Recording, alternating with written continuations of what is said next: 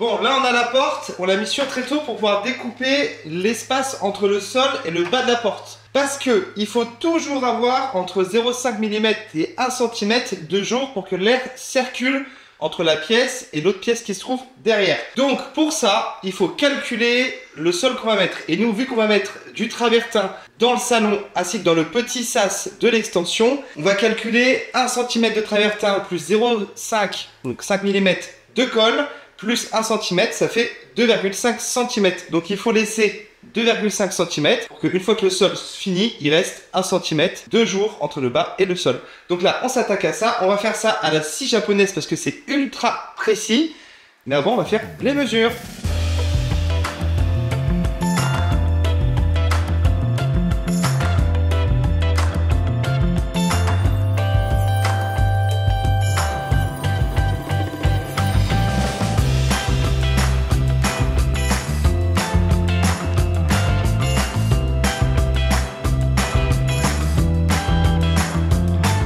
Là, on est venu mettre des montants sur le dessus de la porte qui va servir à maintenir toute la partie haute. Parce que après, une fois que les montants sont bien fixés, on vient y mettre des rails qui vont se fixer sur la partie haute ici et qui vont être maintenus sur le montant qui se trouve sur le côté. Comme ça, ce sera bien costaud et la porte sera fixée de partout sur les côtés et en haut. Au moins, ce sera bien costaud.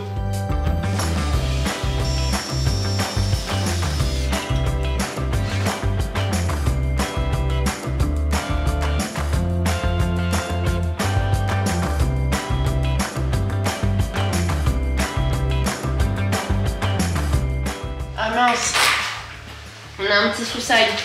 Quoi? Bah ça tombe pile poil dans les câbles. Ouais, je sais, ça passe.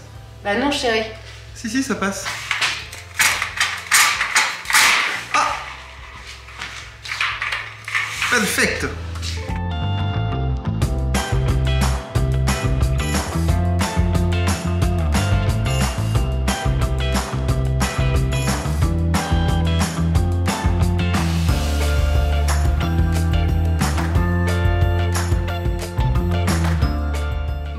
on a placé notre porte, on a fixé notre porte. Ça nous a pris un temps fou parce que la difficulté c'est de la mettre bien de niveau. En fait, une porte pour voir si elle est bien de niveau, c'est que quand on l'ouvre, elle doit rester ouverte au bon endroit. Si elle se referme toute seule, c'est qu'on est un peu trop incliné par là. Et si elle s'ouvre toute seule, c'est qu'on est un peu trop incliné dans l'autre sens. Donc on a démonté, remonté plusieurs fois, mis des cales. Donc là tout est ok.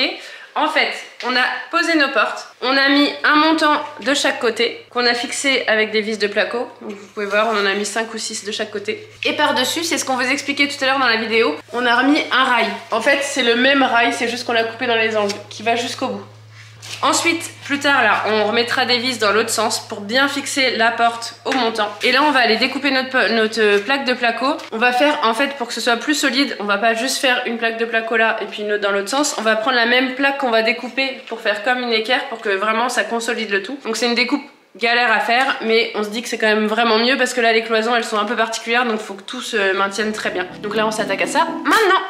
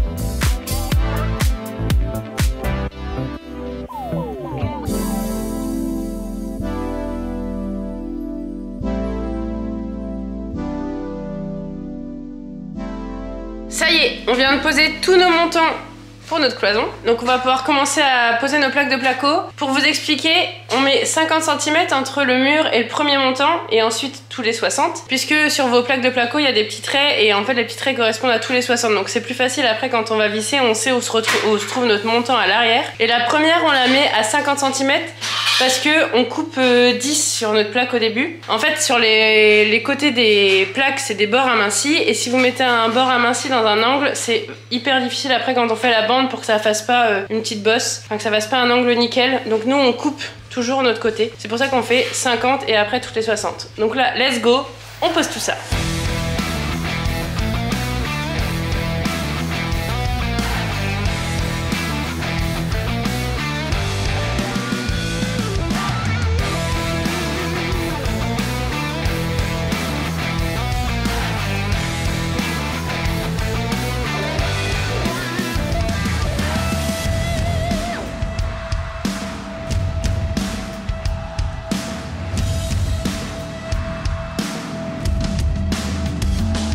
Bon, ça y est, on a fini notre cloison entre notre chambre et nos toilettes. Hop, hop, hop. Donc on a plaqué des deux côtés et on a mis notre isolant entre deux. On a fait comme d'hab, on a pris toujours nos chutes d'isolant. Ça nous permet de pas les gaspiller. Et en plus, ça c'était assez pratique parce que c'était des grandes chutes, donc on perd pas trop de temps. Et en fait, là, pour vous expliquer, la hauteur sous plafond, elle fait 2,61 m et nos plaques faisaient 2,60 m. Donc on a juste relevé nos plaques un peu plus que d'habitude, puisque théoriquement, on les lève que de 0,5 m. Et donc là, on les a levées de 1, mais bon, ça l'a bien fait. Let's go!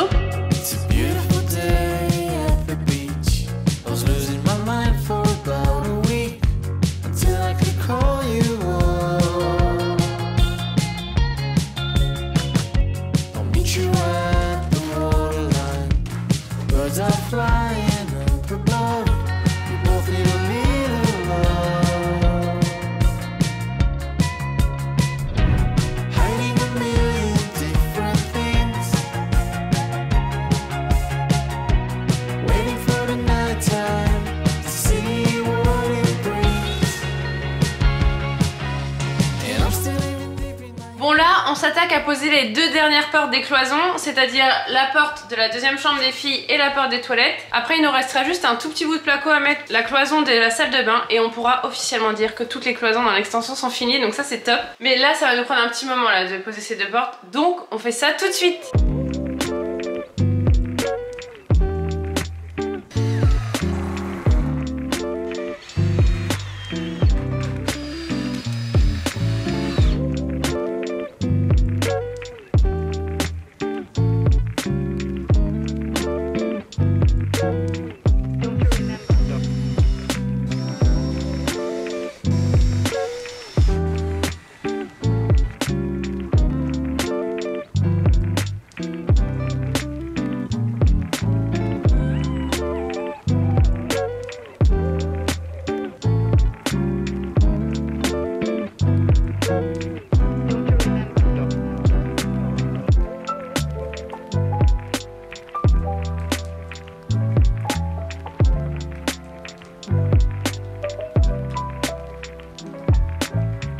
Ça y est, on a posé les portes, les deux dernières portes de l'extension. Autant vous dire qu'on a galéré de fou. On a mis une matinée pour en poser une et une après-midi pour en poser l'autre. En fait, notre difficulté, c'était surtout qu'on avait peu de place. C'est pas comme les autres pour pouvoir visser. Surtout là, par exemple, il y a très peu de largeur. Et donc, c'était vraiment très compliqué de les mettre de niveau. Mais là, tout est ok et je vous montre le petit test pour savoir si une porte est bien de niveau. On la pousse et normalement, elle ne doit plus bouger. Elle doit pas s'ouvrir ou se fermer toute seule. Donc là, test validé.